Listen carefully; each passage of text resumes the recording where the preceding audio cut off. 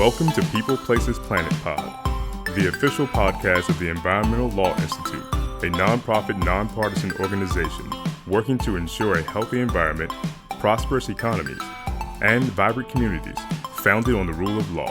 Welcome to this week's episode of ELI's People, Places, Planet podcast. My name is Elissa Torres-Soto, and I'm a staff attorney at ELI. Before we jump into today's podcast, I wanted to note that we're doing something a little different this week and publishing this episode twice, once in English and once in Spanish. The original version was recorded in Spanish, the preferred language of our podcast guests. This version was recorded from a transcript of our original interview.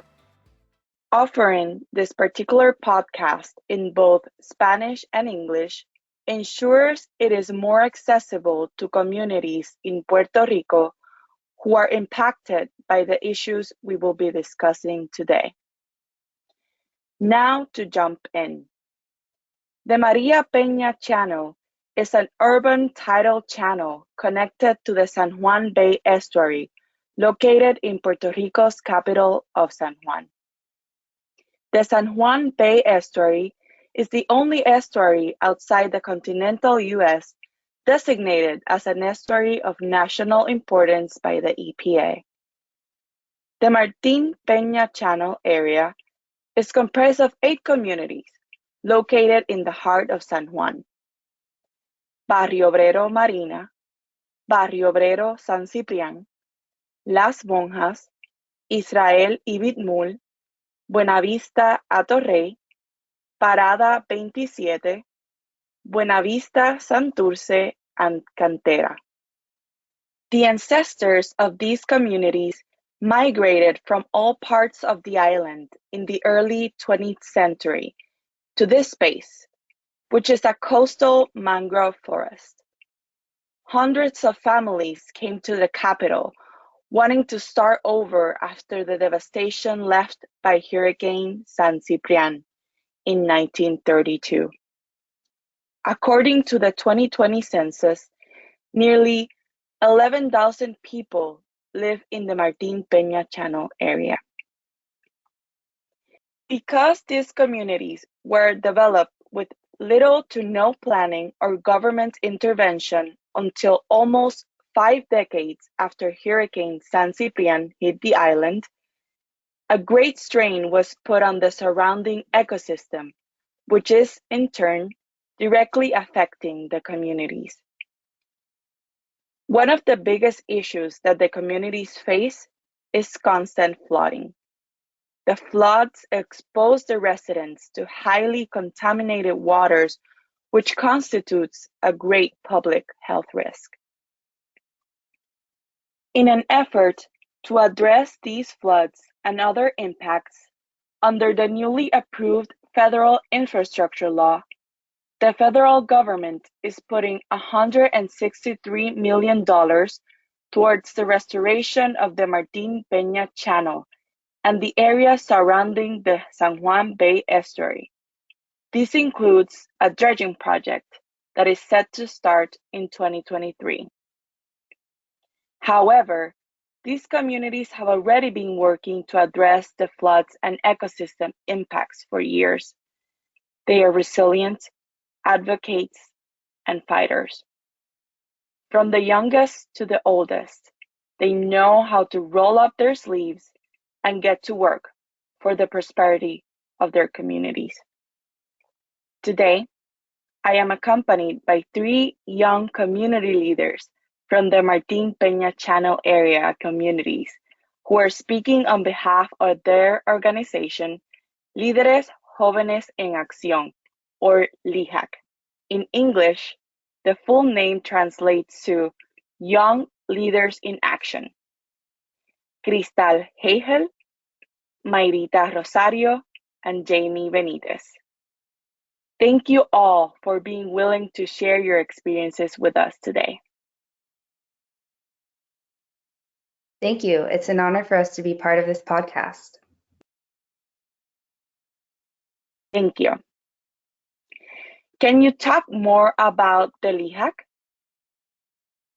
It's Krystal speaking. LIJAC was registered as a nonprofit organization in the year 2007 in Puerto Rico's Department of State. However, it's a youth organization that has existed since the year 2002. Our group's objectives are to develop and strengthen youth leadership skills and to promote critical thinking and analysis in this population in order to stimulate young people to participate in decision-making inside and outside our communities, because we recognize that it is important that young people give their opinion in the decision-making processes because they're the present and not only the future. Thank you, Krystal. And how long have each of you been a member of this organization? It's Mayrita speaking. I have been a member of LIJAC since I was 10 years old, so that means that I have been in the LIJAC organization for 12 years. It's Krystal speaking. I've been in LIJAC since I was 10 years old, so I have also been in LIJAC for 12 years. It's Jeymi speaking, and I have been a member of the LIJAC organization for 3 years. Thank you. And what have you learned during your time as a member of LIJAC? It's Jeymi speaking, and I have learned to respect opinions, problem solving, and to be a leader in the community and in school.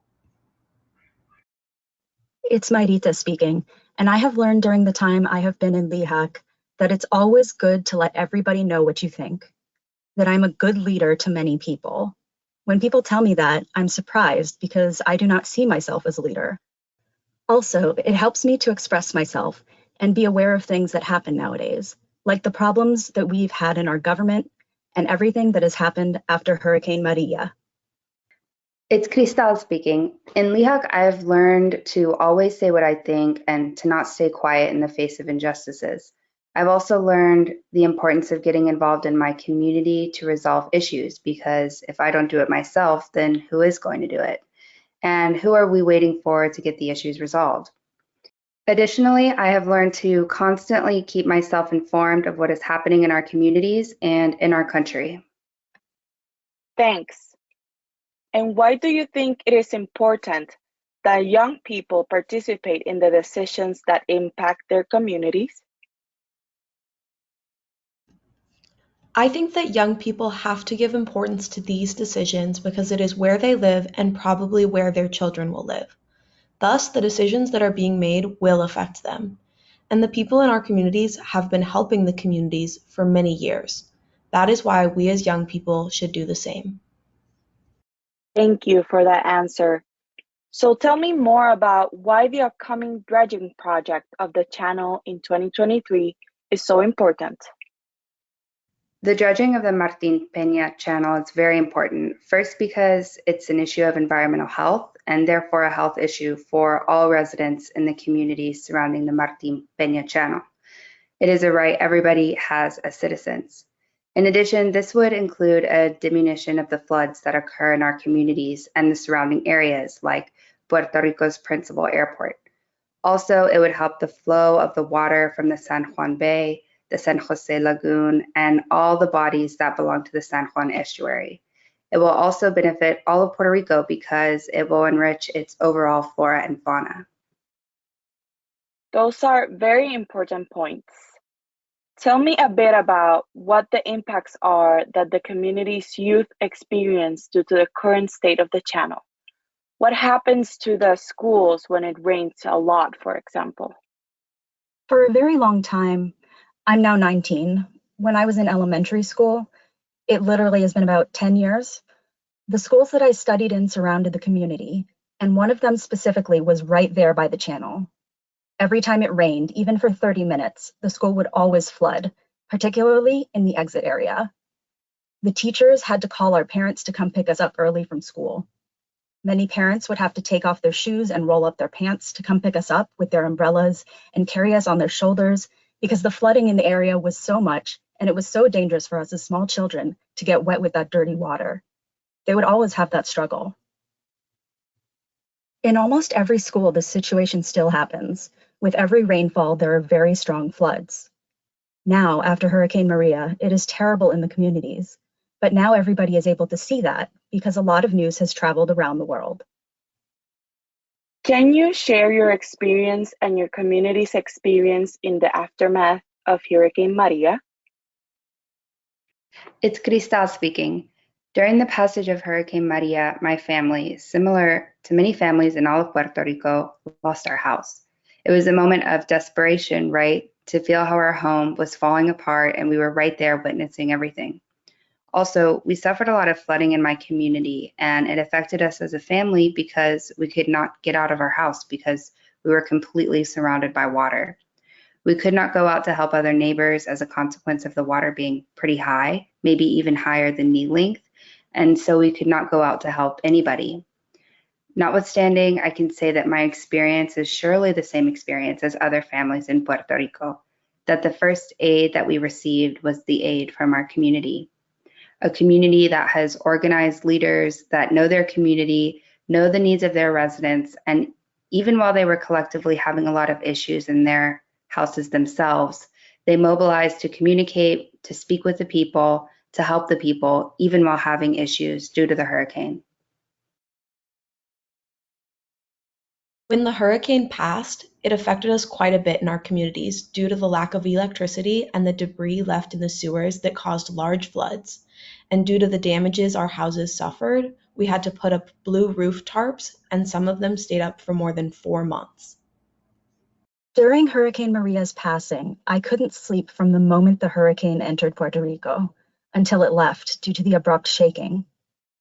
I felt like I was in a ship at sea and that the sea was very choppy. I mean, like if the sea was unruly, and I didn't manage to shut my eyes at any moment. It was a horrible experience because I was seeing that my house was flooding, even while being on the second floor. It was for me a very hard and ugly thing to see, that what you think is secure for you, the four walls of your home, starts to flood from the inside due to the filtration of the water, through the roof and from under the doors, the strong winds trying to open the doors. It was a horrible sight. Thank you so much for sharing those experiences. As young people, do you worry about the future impacts that could happen to your communities due to climate change? I say yes. The change that will happen in the climate will be irreversible in the course of 8 years, in 2030, according to meteorologists. And it will affect us on the coast due to sea level rise, and it will cause a shortage of potable water. And what are your aspirations for the future of your communities and the youth of the Martin Peña Channel area? One of my aspirations for my communities and our youth is the dredging of the Martin Peña Channel. I understand that for generations, the families in the communities have been waiting for the floods to occur less frequently. Also, for our youth and children to have the right to a dignified education, for the Puerto Rico government to not continue attacking the communities by closing schools, and also for our youth and children to continue to get involved in the battles affecting our communities and our island. One of my aspirations is for young people to continue involving themselves in their communities because it's their future and their children's future. Similar to what my companions have said, those 2 points are very important, the dredging of the channel and young people's involvement in their communities, because nowadays, not many young people pay attention to everything.